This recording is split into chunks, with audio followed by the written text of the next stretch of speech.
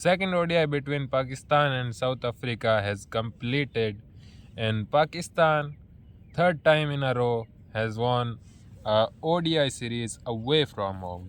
पहले वो ऑस्ट्रेलिया में जीते, जो कि एक बहुत बड़ा उलटफेर था, फिर जिम्बाब्वे में जीते और अब साउथ अफ्रीका में। तो that is a brilliant beginning to a leadership career of Mohammad Rizwan. कल मैच हुआ और साउथ अफ्रीका तेम्बा बहुमा वापस आ गए द कैप्टन कूल, और उन्होंने आके टॉस जीतकर फिर बॉलिंग ली, लेकिन वो फैसला उनका अच्छा नहीं रहा क्योंकि pitch was absolute belter. I think Babar थोड़ा धीरे ही खेला, लेकिन कोई बात नहीं, इसकी फॉर्म पाकिस्तान को चाहिए थी और वो अब वापस आ चुका है। 22 इनिंग के बाद 50 मारे हैं। आप सोच रहे होगे ये मैं क्यों कर रहा हूँ, लेकिन इट्स एब्सोल्युटली फ्रीजिंग हियर, तो ये सब करना पड़ता है। और Babar, yes he is back in form. 95 गेंदों में 73 रन, थोड़ा धीरे ही कहूँगा क्योंकि पिच इतना टैकी नहीं था, लेकिन glad that he is back in form to shut this mouth of those टकला who just keep barking. I don't know why. लेकिन Mohammad Rizwan, yes he is also back in form.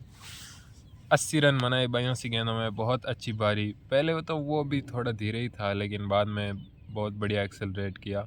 Maphaka को मारा, 3-4 चौके मारे, but Maphaka is a real talent. He is ODI debut पे 4 wicket लिए and he looks like a real thing.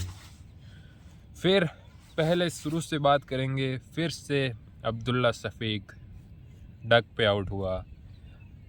Shafiq की technique में बहुत सारे फ्लॉज हैं। पिछली पारी में वो इन स्विंगिंग बॉल पे आउट हुआ सेम, और उसी जगह से जॉनसन ने आउट स्विंगर किया और उस पर भी निक कर दिया। तो टेक्निक में बहुत सारे फ्लो हैं, बैट एंड पैड के बीच बहुत सारा गैप है। आप देख सकते हैं बाबर कैसे इस बॉल को खेलता है और ये कैसे खेलता है, तो he needs to improve. Saim Ayub as usual he was looking very good, बहुत अच्छा बॉल मिडल हो रहा था, लेकिन थोड़ा अनफॉर्चुनेट वो डिसमिसल था।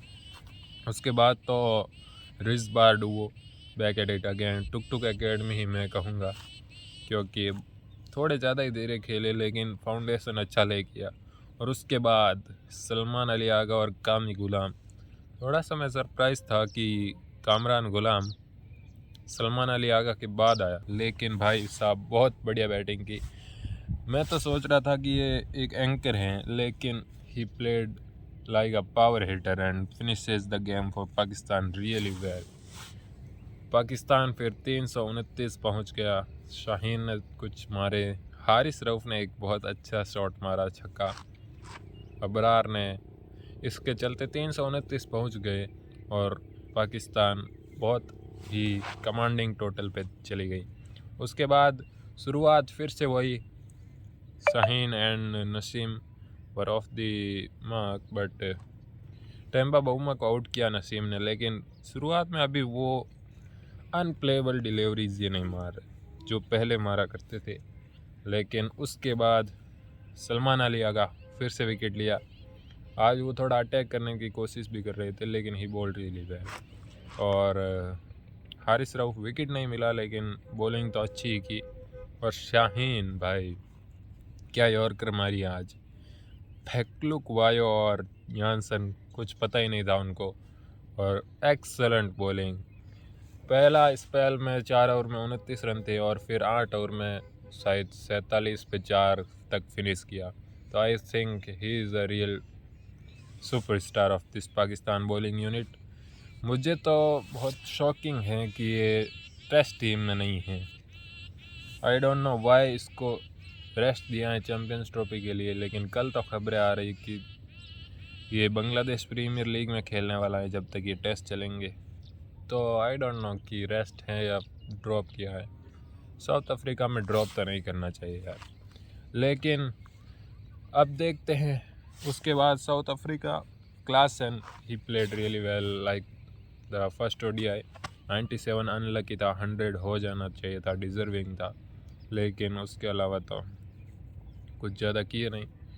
और अब पाकिस्तान और साउथ अफ्रीका के बीच जो टेस्ट होने वाले, very interesting because WTC is on the line and Pakistan कैसे अपनी प्लेइंग 11 सेट करेगा, मुझे ये देखना है, क्योंकि Kamran Ghulam is in the form of his life, he is playing really well at any position भी चेंज हो रहा है लेकिन वो बहुत अच्छा खेल रहा है। और बॉब्जी भी अब ठीक ठाक फॉर्म में, तो टेस्ट टीम में इनमें से कौन खेलेगा, वेरी इंटरेस्टिंग। और अभी देखते हैं क्या होता है, क्योंकि शान मसूद तो कैप्टन है, वो बाहर रहेगा नहीं। अब्दुल्ला ओपनर है, बाबर ओपनिंग तो करेगा, टेस्ट में तो बिल्कुल भी नहीं। तो देखते हैं कौन खेलता है। I think Babar will start but I don't know what will happen. And एक मैं इशू पे बात करना चाहता था, और वो है ये हमारी इंडिया का ये जर्नलिस्ट सुशांत मेहता। इस दोगले को कोई समझाओ कि Ashwin was the one who built the fortress in home for India in test. Yes, he was better in home than Virat Kohli. Yes, he was the one who didn't let Australia, New Zealand, England win at home. तो भाई कुछ शर्म कर ले, ये दोगलापन ख़त्म कर। मुझे पता है तुझे कहाँ से पेमेंट आ रहा है, बज्जू, हाँ, लेकिन ये बंद कर दे। He is a legend Ashwin, और रिटायरमेंट पे ऐसी बातें ना कर कि वो 20 सीरीज़ से भाग गया। तो ऐसे दोगलों को ना देखें। तब तक के लिए तीसरे ODI और चौथे टेस्ट BGT के लिए, तब तक के लिए